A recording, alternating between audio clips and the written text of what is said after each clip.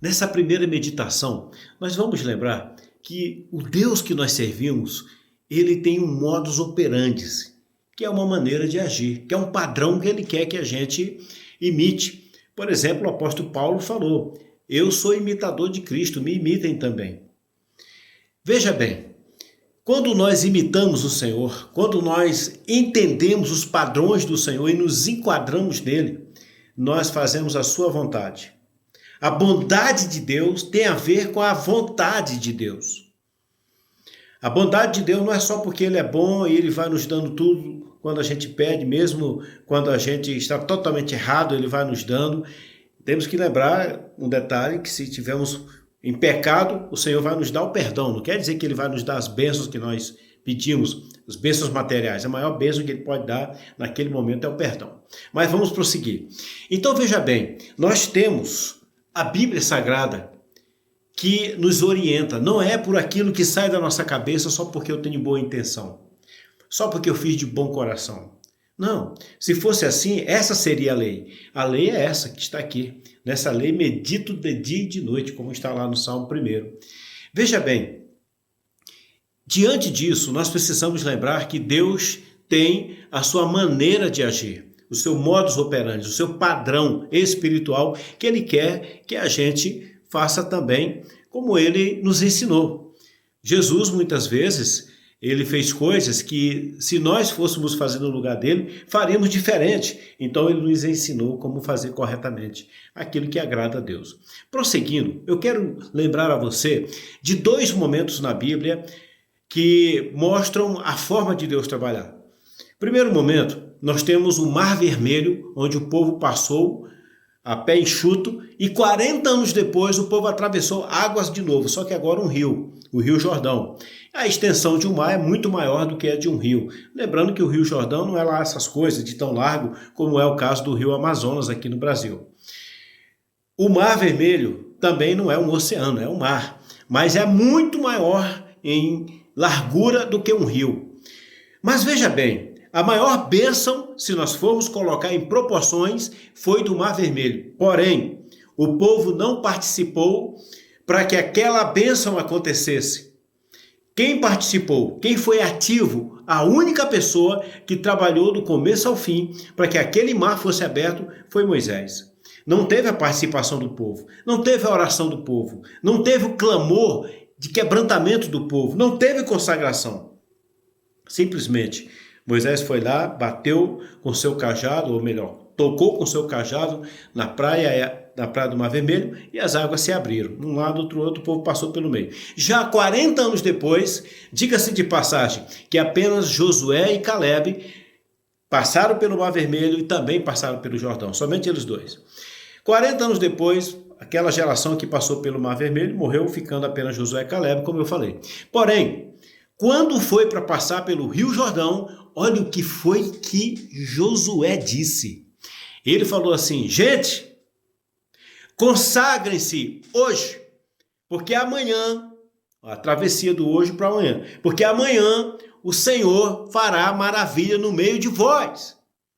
O Senhor trará maravilha para a nossa vida. O Senhor fará coisas grandes.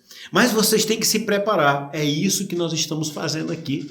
Nos preparando para a travessia de 2024 para 2025. Mas tem que ter uma preparação. Quando o Senhor Jesus foi fazer a ceia, teve a preparação.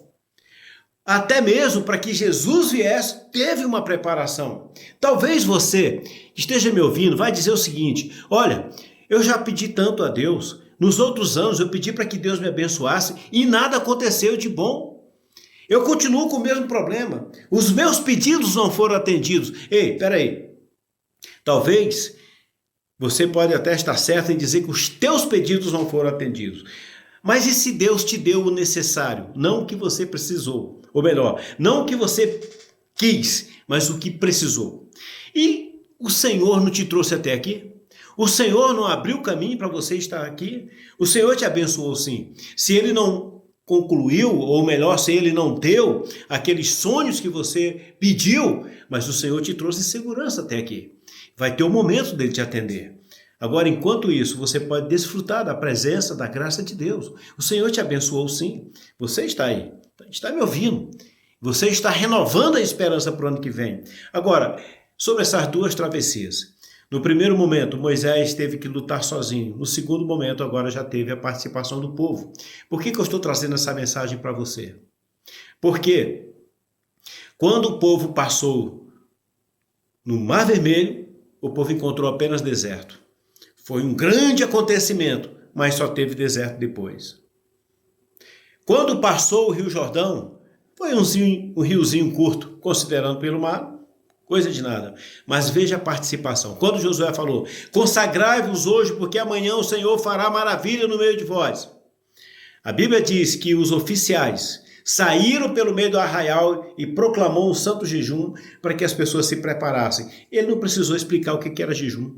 Quando Moisés foi falar da Páscoa, ele teve que falar detalhe por detalhe. E mesmo assim o povo seguiu um ritual.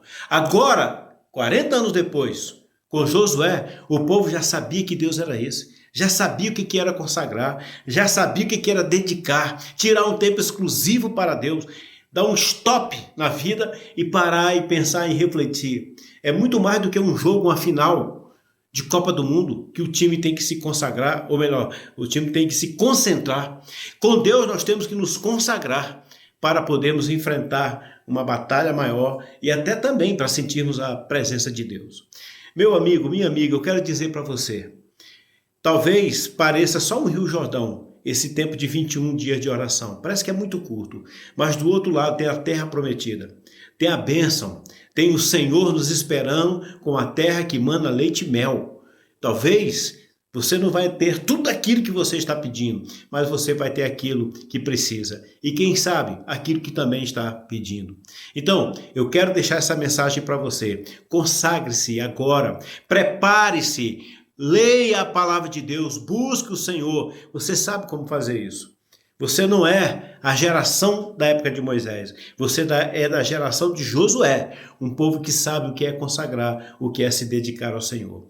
Deus te abençoe. Essa mensagem de hoje está um pouquinho mais longa. Eu queria te preparar, um pouquinho mais longa, porque eu queria preparar você. Então veja bem, vamos entrar com tudo, vamos buscar a face do Senhor. Entregue-se de verdade, Deus vai te abençoar.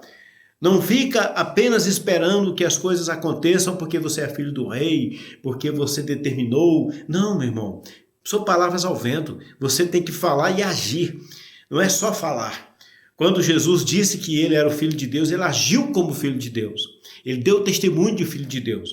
Ele foi para o deserto, foi ser tentado pelo diabo, ele enfrentou as pessoas, ele teve o domínio próprio. Então não é só palavras ao vento, não é só dizer palavras como se fossem mágicas. Eu tenho que dizer palavras daquilo que eu vivo, eu estou disposto daquilo que eu entendo, daquilo que eu vou fazer mesmo. Então eu quero dizer para você, agarre-se a esse tempo de oração, desses 21 dias de oração. Ore hoje, peça a Deus que te abençoe, peça a Ele que venha te fortalecer. E por fim eu quero dizer algo para você. Fale com o Senhor hoje. Senhor, coloca aqui no meu coração.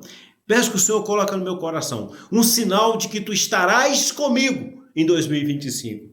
Deus vai falar contigo por meio de sonho, por meio de alguém, por meio da palavra, mas eu quero te convidar a fazer essa oração. Senhor, esteja comigo em 2025. Peça isso para Deus. As demais coisas vos serão acrescentadas. Se Deus for o mais importante, era isso que as pessoas que saíram do Egito ficaram no deserto porque não entenderam que o mais importante era a presença do Senhor. Moisés entendeu, tanto é que quando Deus ameaçou de não seguir com o povo, Moisés disse o seguinte: Senhor, se a tua presença não fores conosco, não nos tire daqui. Porque era a presença de Deus que é o mais importante. Já o povo que atravessou o Rio Jordão é um povo que teve uma participação coletiva. A Bíblia diz que além dos oficiais anunciar a consagração, os sacerdotes foram adiante.